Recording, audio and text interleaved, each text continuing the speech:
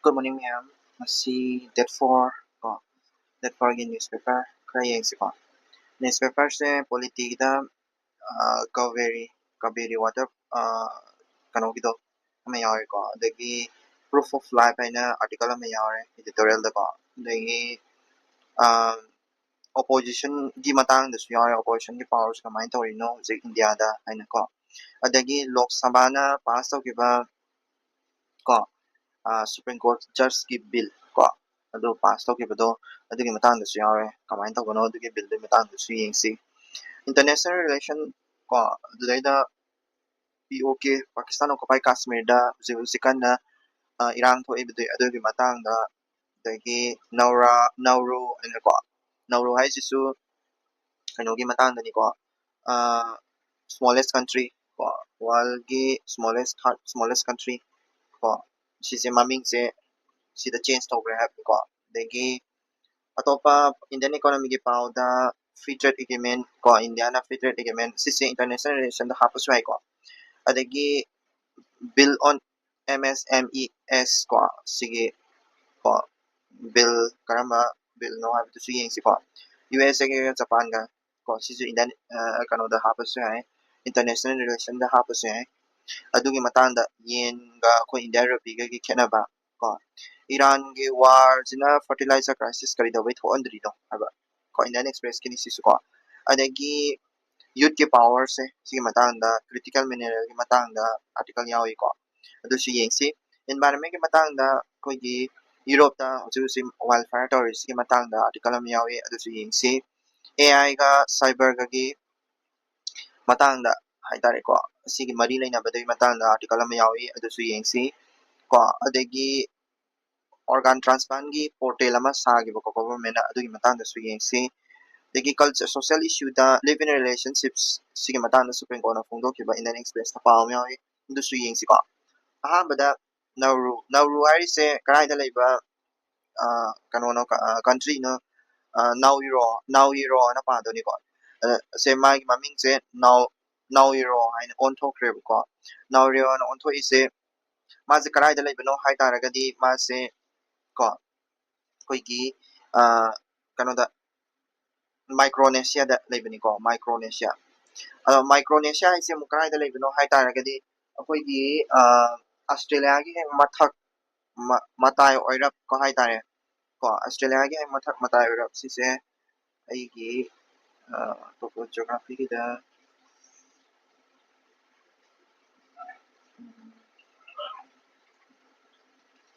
chede yaw chu de yaw chu ma mapping is an option da yaw chu ma ko idum tala ko Micronesia haise te kemnate Australia sida lere na ko Australia sida lere sida ista island group ahum leyeba island group ahum ko island group ahum dani ko Micronesia Melanesia Polynesia haise Polynesia jin sini Micronesia jin sini dengan Melanesia jin sini ko adu amoy ahum Australia ni ko sida leiduse Australia moy ahum dagi Micronesia sida leidwa odeni ko hojiki hariba kari Nauru haise maming Nauiro ana thongre ko aduni moise yamna pikpa country amasu oi ko country siki magi population se sukimedik pi like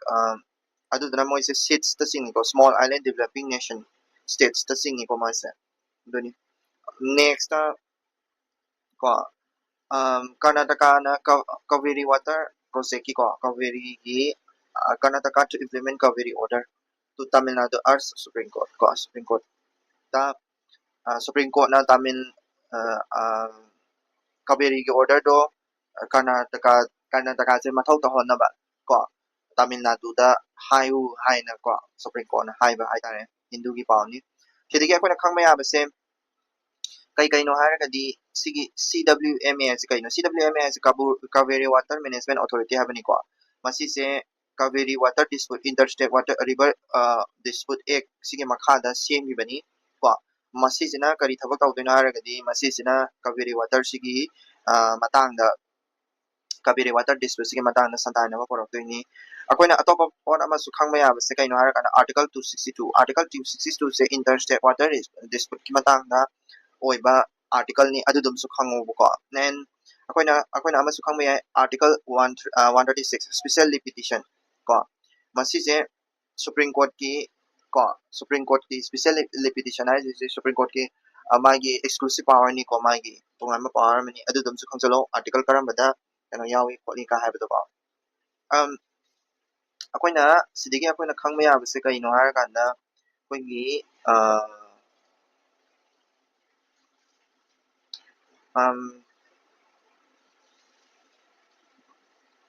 को Koyna खंगमे याबसे Kaveri water सिगी मतांग सिदा कोइना खंगमे याय खरा खरा कनो तोबे याय Kaveri water सिगी मतांग सिदा ब्रह्मपुत्र लेले कावेरी लेबनी असम को कावेरी ने तसे को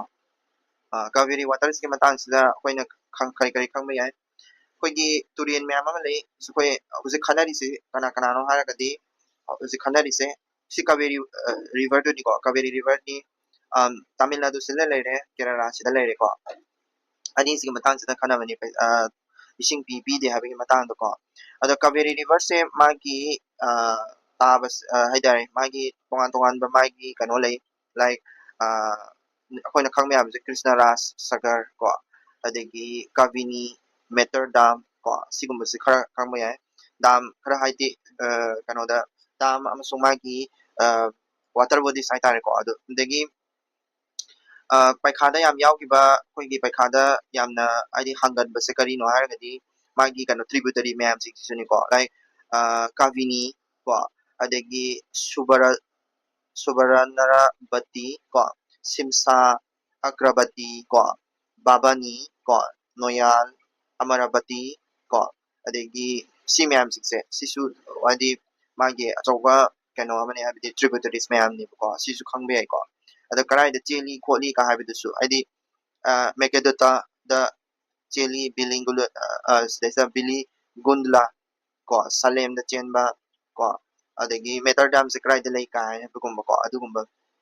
सिक्स इंपोर्टेंट ओइ को हाबेट यंग सलो सिसे हाबे आइदि कावेरी वाटर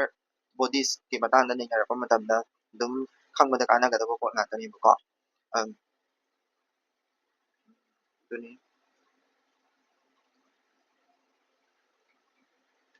नेक्स्ट कोइगी proof of life Tamil the Hindu दे यावबनी को प्रूफ ऑफ लाइफ है से करिनो हार गदी माना कानो हाइदि कोइगी स्टेस्ट registration of birth and death haiba कोइगी कानो मले को amendment bill ama pass togi ko masigi bill sida kadauge hair kanda कोइगी birth certificate pi bese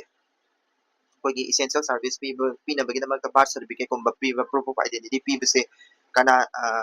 like कोइगी school के admission passport aadhar government jobs tawbo matam yam darkar le ko ko adugi darkar do hadi darkar le bidana mara mara kanda registration je yamna delay ta hondana bagi namak ko delay ta hondana bagi namak delay ta mi to punishment pi na bagi namak ko adugumba punishment pi na bagi namak pass to giba ek ni ko RVD ek amendment bill 2026 se ase bagi di 2023 da so amendment tawi but 2023 hujika da so bill se pass to ko sida ista hai se kaino up to 2 years delay lai taragadi ko magistrate na executive magistrate na lower transactions cost localized access or the localized access sabdi mai locality da la pangan bu adagi 2 years delay hen taragadi judicial magistrate na kadar kana legal procedure chatharani ko adagi ko adu duni ko ma haise so the adi mana haise kaino wrongful this create a risk of wrongful exclusion a wrongful exclusion haise kaino har kana citizen kano yamna eligible oiba citizen chingse magi phangpham topa right kari kara degi phanghan kano tawbo phangpham topa right kari kara phanghan dabado adu duni ko the wrongfully exclusion haise so this is very id wrongful exclusion ga haise yamna fazaba tam ni ko adu duna khangjan bada kana gani ko aduni ado registration gi magi system am koi government system am kaklei karama system no hara kanda कोई civil registration system है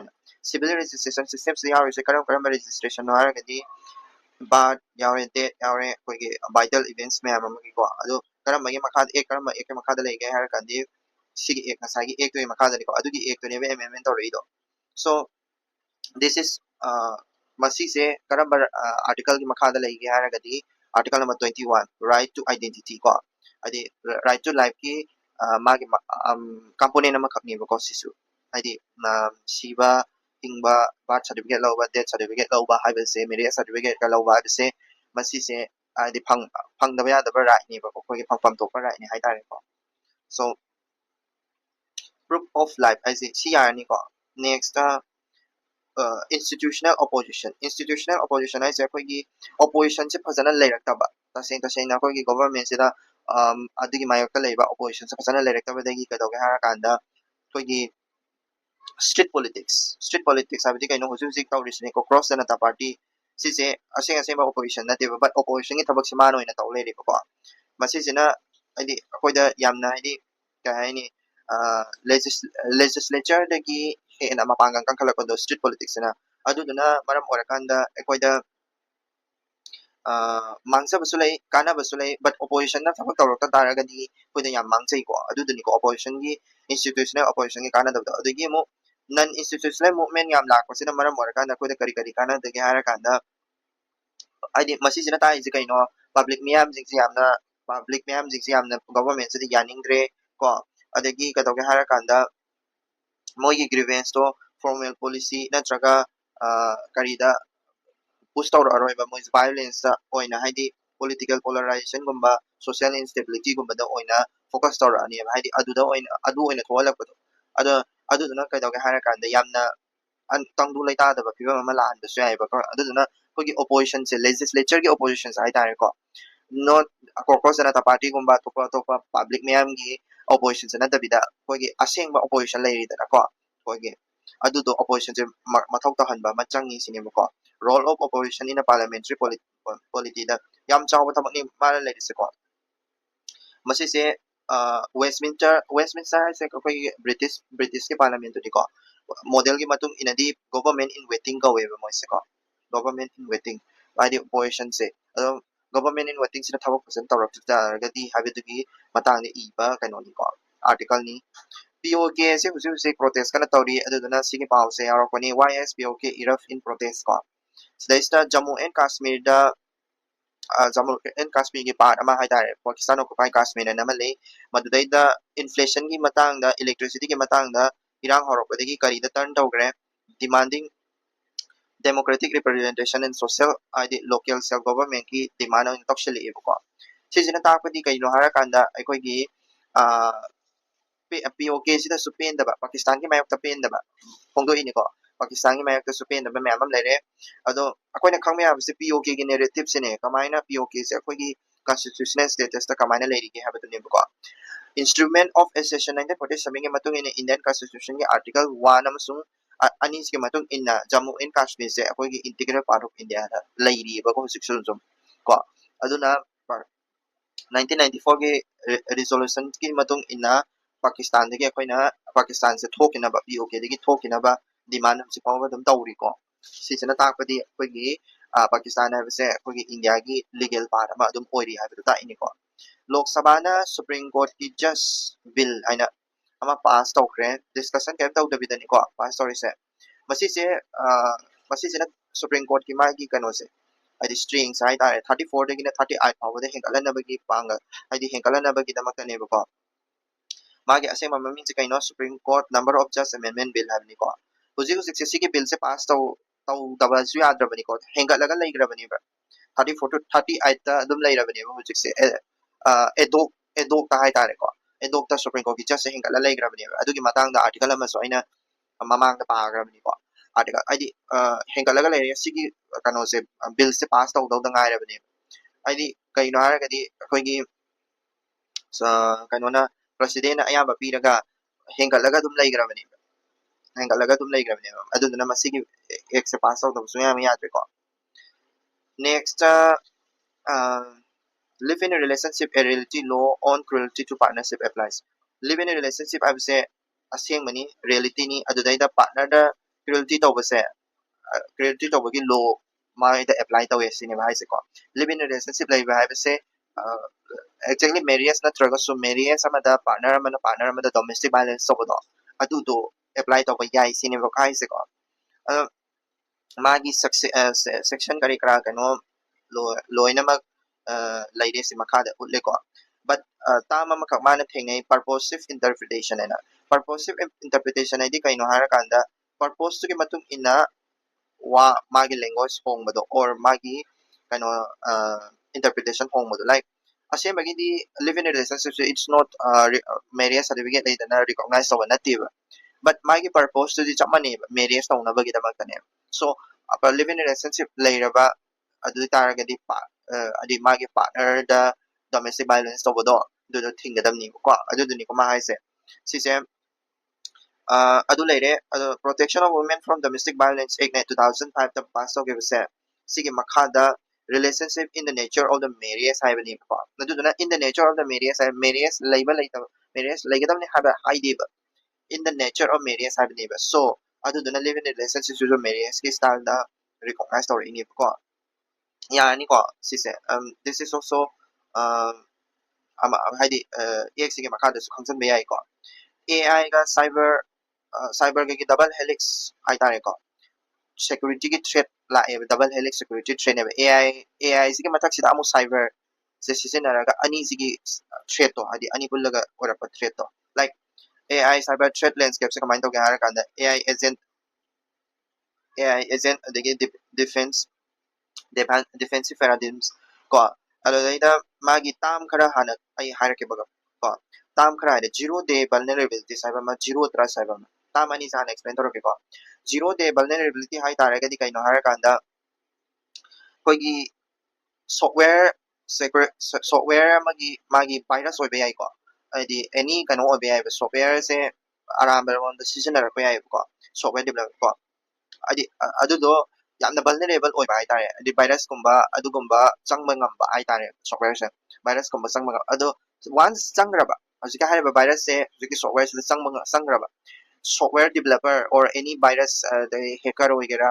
computer analysis oigera any me person amana madudo solve tawna honaba matamda 0 days dagi hena changaba adi matamdo akaknaba leitraba haitare aina changaba solve tawna honaba matamda hojika haiba adugumba vulnerabilities to adudubu 0 days vulnerabilities to eba habidi kaino hara kana a dangerous situation neba thoktriba ko tholakpadi yaba but karigumba thok taragadi solve tawba matamda matam asukematic changba haitare adudo in term of id software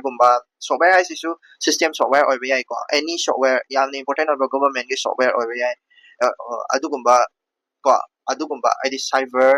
threat haitare cyber vulnerabilities that took a lot of days to solve adudubu 0 days vulnerabilities ko ko sila su later ko magi ano do kono khangba di ko definition do digi zero trust is in a trust later do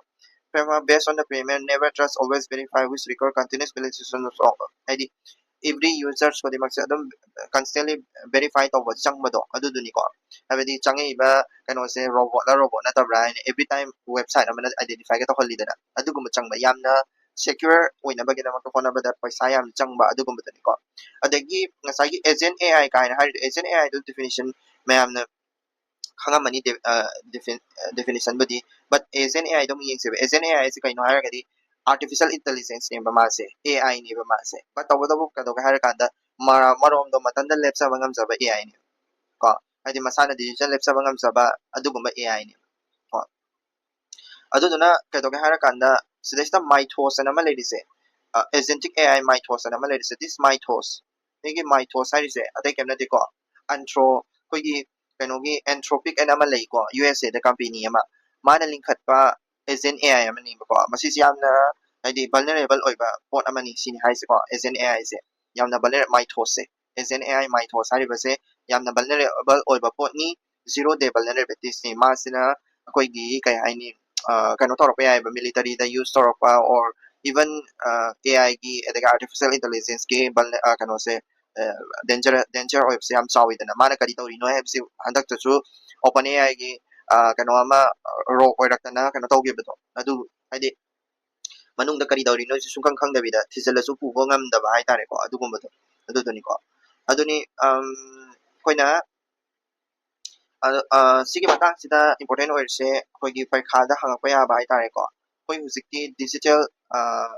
digital public infrastructure kaina leire ko adagi sida sida critical information infrastructure kaina leire si mayam sikse important yam oi ko adi DPI CPI ko CII kai se important yam ore moisibu kanana control adi moisibu kanana protection tawge hagadi search in IN sina protection tawi manage tawna kanana haragadi national critical information infrastructure protection center sisina tawi moisini ko adi front ta laiduise hayeng cyber war gumba cyber warfare gumba torokpa adugumada moina front ta laiduise kanana haragadi sisini ko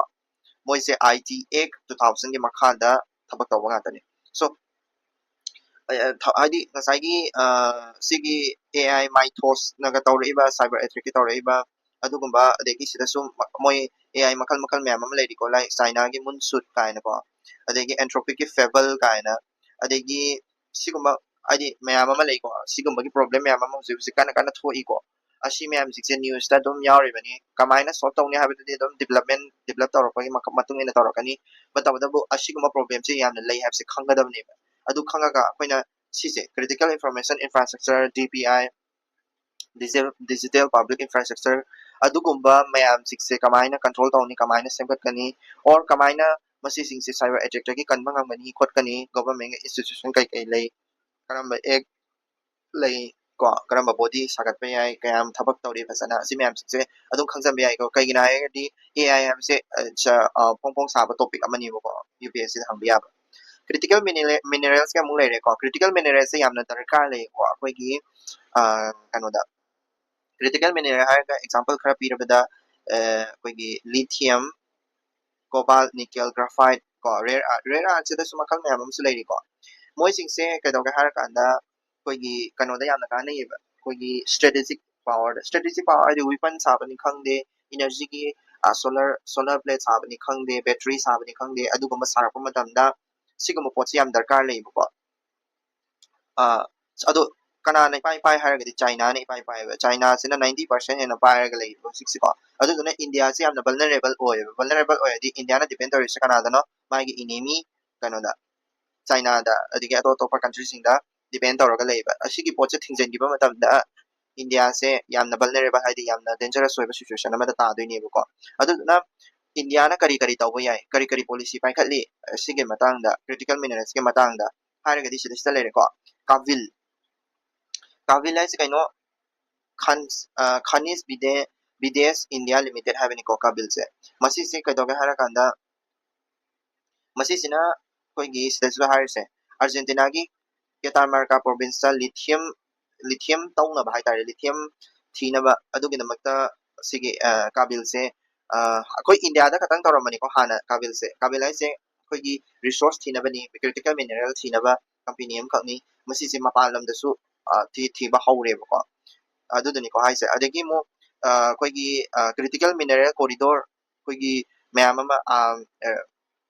sage ko handak ki budget mamangi budget tawge bedada su yawgi bani ko adu Odisha Kerala Andhra Pradesh ko aduge Tamil Nadu da sigi corridor ama critical mineral gi rare earth mineral gi corridor ama sana bagi damakta takana tawrimni ko corridor habadi kaino har kanda madugi mining site adagi adugi manufacture tawraga component sana bagi damakta ko haidi adudagi industry da kamaina pugani khotkani adugi matangni ko aduduni ai critical mineral ki matangda atop country ma'am like Canada ko adagi Taiwan ko koi country na sign tawna ba siboba critical minerals phangnaba gi damta Kazakhstan ko adagi even Russia so sign tawnai ko ko India na tawna ba se um, adu hari critical minerals si phangnaba gi damta ko aduduni akoigi kabil lithium triangle kaina lei ko lithium triangle se South America da leibani geography da lithium triangle se adom khangba yai ko adi Argentina na top da leibani ko kano gida South America gida adom ni si ji yeng chambe yai ko lithium triangle haise ai dum ha pedang yengam ge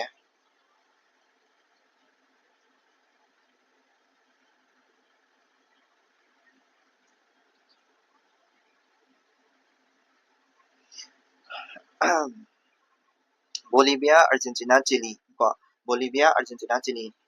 lithium triangle se ko aduga moise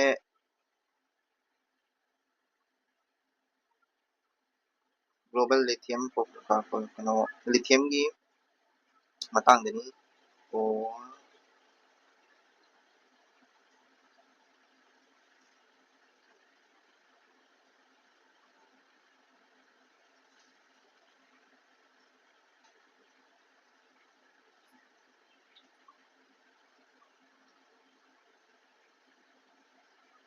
ko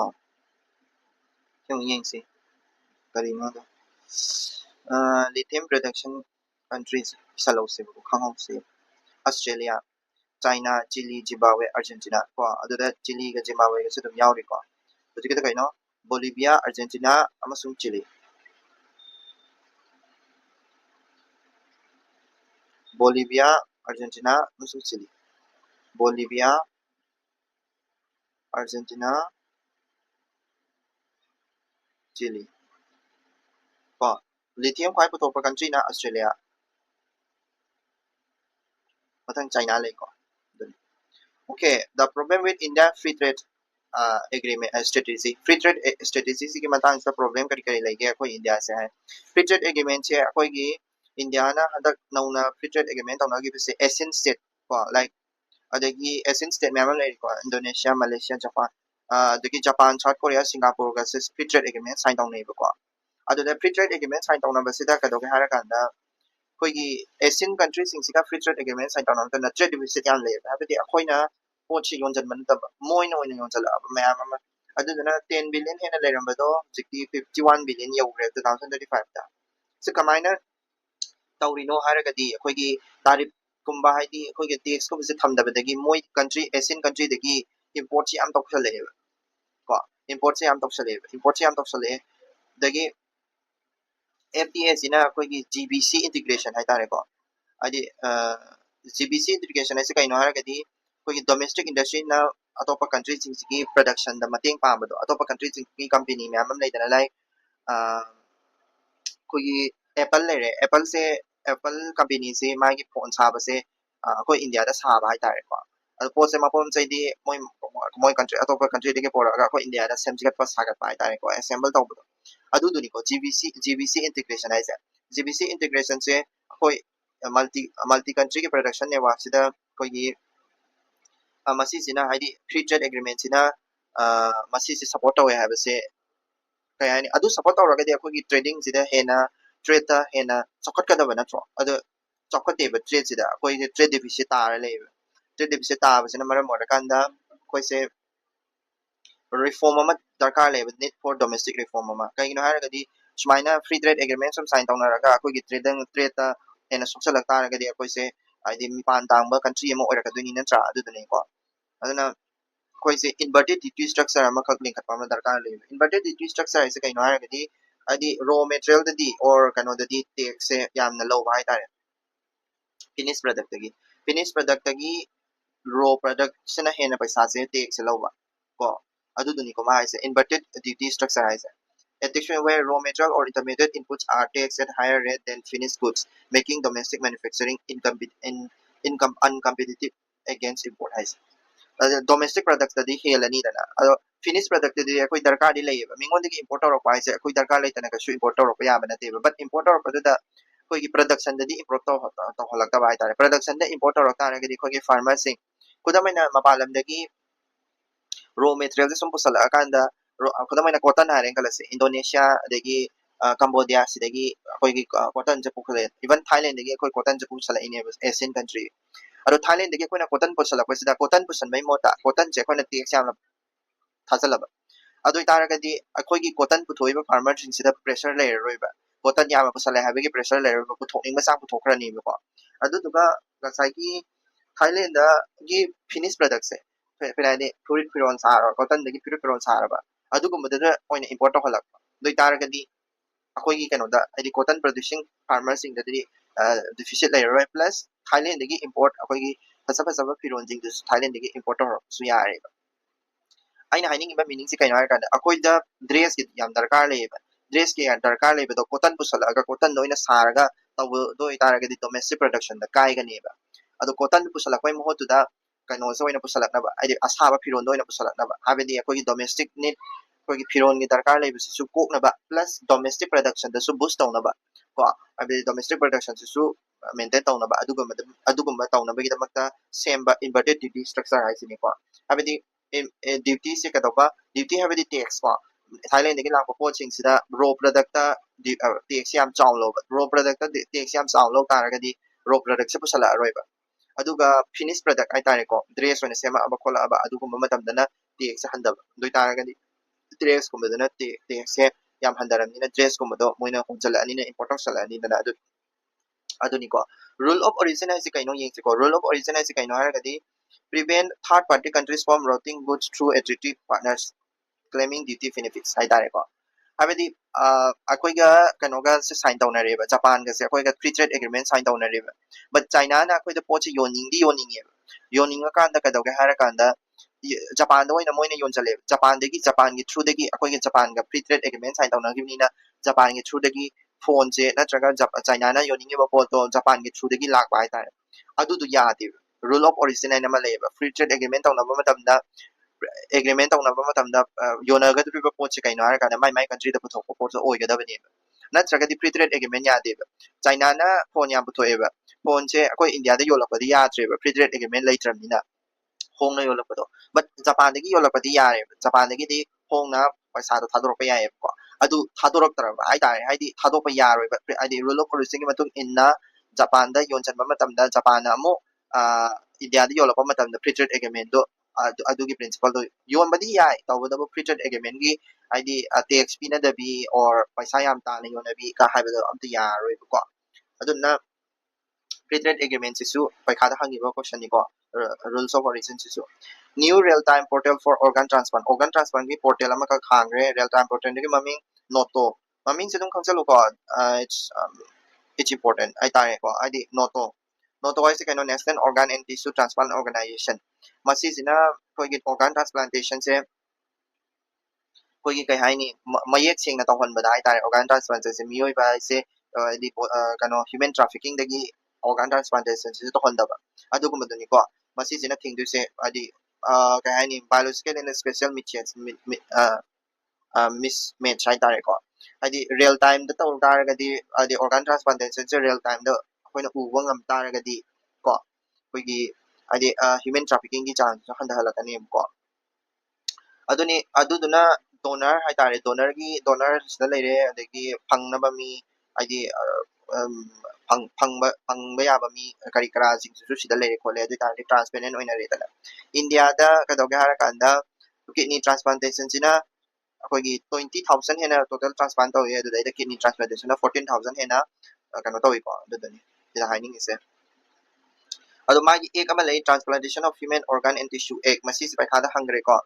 framework for organ donation हाइसे को this अदुगी कनो गिने सिगी digital platform से national digital health mission की मखादा लईदनी को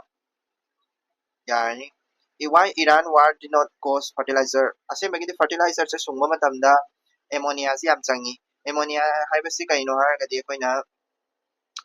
petroleum de gilak ne ammonia si sung yaragadi petroleum ni am changi petroleum ai sina kaino Iran de koina lawru bane ko ado Iran gi war sina husik se petroleum gi chang man se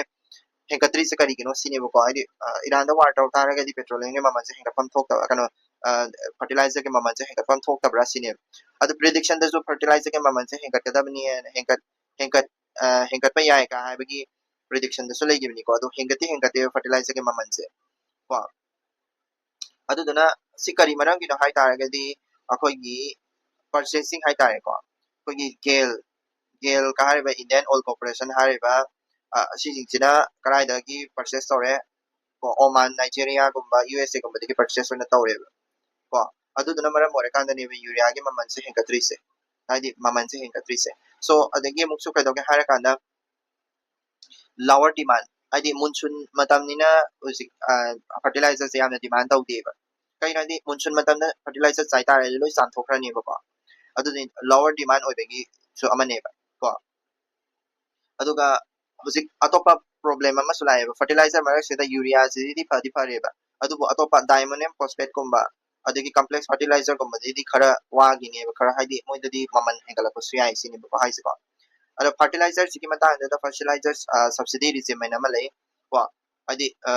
ꯌꯨꯔꯤꯌꯥꯁꯦ ꯃꯃꯜ ꯇꯥꯅ ꯄꯤꯕ like new pricing scheme ꯀꯥꯏꯅ ꯂꯩꯀꯣ ꯑꯗꯒꯤ non urea ꯁꯤꯡꯁꯤꯅ subsidize ꯇꯧꯕꯁꯤꯅ nutrient based subsidy ꯀꯣ ꯌꯨꯔꯤꯌꯥꯒꯤ subsidy ꯁꯤꯅ new pricing scheme ꯍꯥꯏꯀꯣ ꯑꯗꯨꯒ non urea ꯍꯥꯏꯇꯥꯔꯦ phosphate ꯒꯨꯝꯕ potassium ꯒꯨꯝꯕ fertilizer ꯒꯨꯝꯕꯁꯤꯅ nutrient based subsidy ꯍꯥꯏꯀꯣ ꯑꯁꯤꯒꯨꯝꯕꯁꯨ ꯈꯪꯖꯜꯂꯨꯀꯣ ꯁꯨꯝ ꯀꯩꯅꯣꯒꯤ UPSC ꯒꯤ ꯃꯇꯥꯡꯗ ꯄꯩꯈꯥꯗ ꯍꯪꯈꯤꯕ ꯀꯣꯏꯁꯟꯅꯤꯀꯣ ꯁꯤꯁꯨ USA Japan joint action how a strong yen affect Indian market Indian market se kaiguma yen haibse yen haise kanogi kanogi Japan gi paisa duni ko yen sina karigumba mapanga kangkhalak pai tare ko adui taragadi India da kari aso apan nang ba yai ge sinip ko tam khra yen si yen carry trade haise kaino har kanda market participation neba ko adi atop country dagi purak paisa na tawraga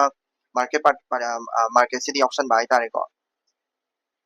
Japan ki yen se paisa id with comparison to dollar US dollar ga comparison tawam tamda low interest currency ne mo se id interest yana pick currency ne ko aduduna masi se invest taw matamda id masi se invest taw matamda paisa oina invest taw da ba tare moi yen sina oina pot oina leira kana invest taw tare khudam oina har kana ai paisa bank ta paisa thamdoi mo tu da ai low ama lesala thamme ba low do gi mamal do low si de dum maman yam kai da na ko adu low do na amu khudam oina har se yen se interest yam na pi e interest yam pi kai gi na har kadi yen lising ama thamma matamda yongo yen lising ama thamma matamda yen ai yen da lupa lising ama leire kala seba lupa lising ama leibisiga lupa paisa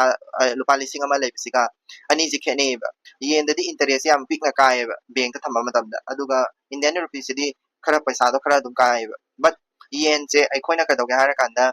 yen je aina lising ama thamba poto ai gi lupa lising ama leire Japanese macha yen lising ama leire adu Japanese ka ai ga Japanese no pa do ga ai gi marak sida difference kai no har kanda ai gi paisa ji bank ta thamma matamda thunam interest kai ba ma gi paisa yen Japanese macha du gi yen paisa du di interest thunat ka de ba adu maina paisa masen paina ra leba matamda di ai ne hin tongzare ba Indian macha ina ko but tawdabu kari gumba yen do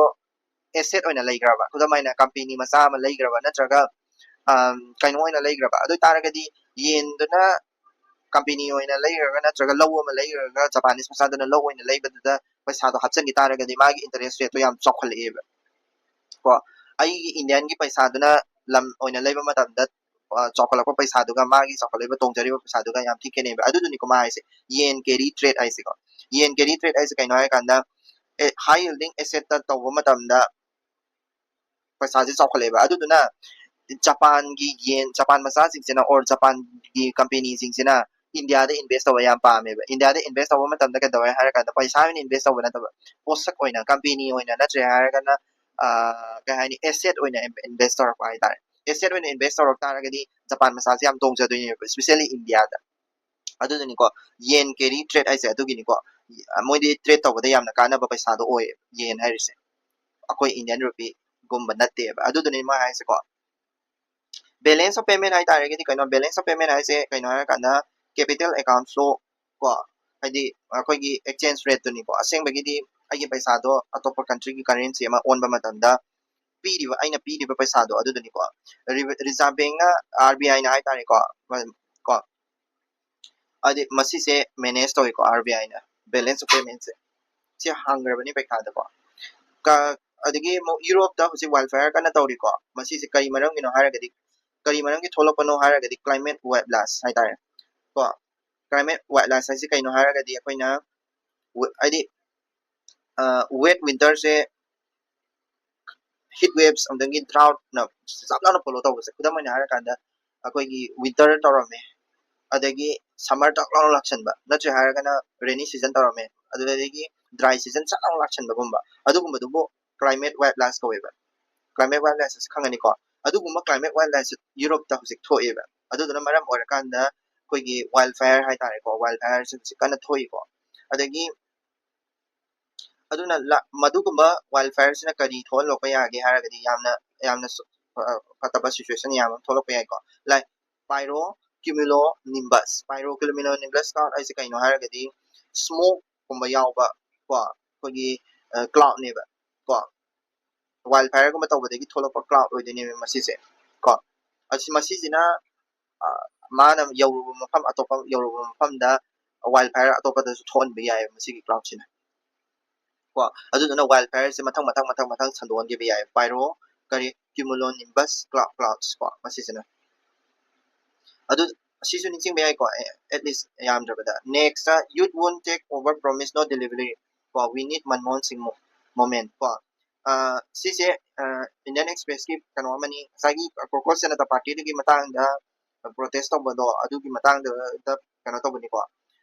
yam kai ni poten oidre yare sise ma thamjan gro raisa sabha pass bills on